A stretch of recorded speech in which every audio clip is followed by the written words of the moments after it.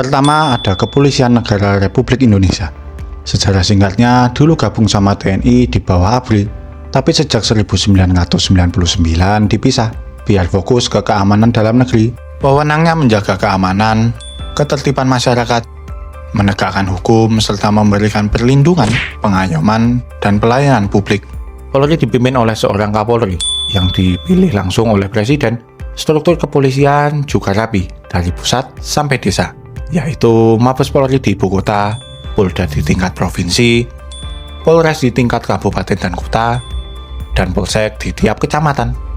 Jadi hampir setiap wilayah ada jaringannya. Contoh kasus yang ditangani polisi, seperti pencurian motor, narkoba, sampai pembunuhan. Biasanya polisi yang pertama kali turun tangan. Yang kedua, Kejaksaan Agung atau Kejagung. Kejaksaan Republik Indonesia adalah lembaga negara yang melaksanakan kekuasaan di bidang penuntutan hukum. Jadi, kalau polisi tugasnya nyari dan nangkep pelaku, jaksa inilah yang nanti bawa kasus itu ke pengadilan. Lembaga ini dipimpin oleh Jaksa Agung, yang dipilih langsung oleh Presiden dan bertanggung jawab ke Presiden juga. Struktur kejaksaan ada beberapa tingkatan. Kejaksaan Agung di ibu kota, Kejaksaan Tinggi di tingkat provinsi, Kejaksaan Negeri di kabupaten atau kota. Jadi, dari pusat sampai daerah, semua ada jaringan kejaksaan. Contoh nyata, kasus besar kayak korupsi Jiwasraya atau Asabri, itu yang turun tangan kejaksaan buat nuntut para pelaku. Ketiga, Mahkamah Agung. Sejarah singkatnya, Mahkamah Agung sudah ada sejak UUD 1945 ditetapkan dan berfungsi sebagai pengadilan tertinggi di Indonesia. Mahkamah Agung dipimpin oleh seorang Ketua Mahkamah Agung, yang dipilih langsung oleh para hakim agung melalui mekanisme pemilihan internal. Presiden cuma menerima laporan hasilnya tanpa bisa ikut campur. Struktur peradilan di bawah MA meliputi pengadilan negeri di tingkat kabupaten atau kota, pengadilan tinggi di tingkat provinsi, lalu yang paling puncak adalah Mahkamah Agung. Wewenangnya, MA berhak memutuskan perkara di tingkat kasasi dan peninjauan kembali atau PK. Putusannya bersifat final dan mengikat, nggak bisa diganggu-gugat. Contoh, sengketa perdata antar perusahaan besar, kasus pidana yang udah naik dari pengadilan negeri dan tinggi, sampai perselisihan hukum lain yang dibantu bawah. Akhirnya diputuskan MA. Nomor 4, Mahkamah Konstitusi. Sejarah singkatnya, MK lahir setelah amandemen UUD 1945 tahun 2003. Tujuannya buat ngejaga supaya konstitusi UUD 1945 tetap jadi aturan tertinggi dan nggak disalahgunakan. MK dipimpin oleh seorang ketua MK yang dipilih oleh 9 hakim konstitusi.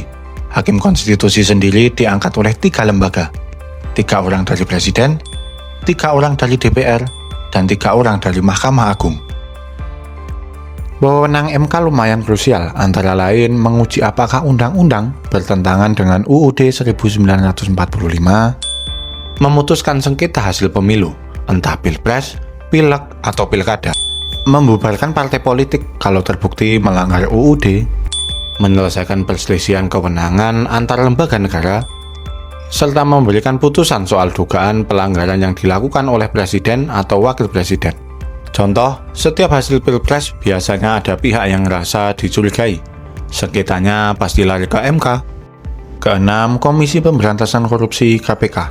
Sejarah singkatnya, KPK lahir tahun 2002 lewat UU nomor 30 tahun 2002. Muncul karena rakyat udah muak banget sama korupsi yang merajalela.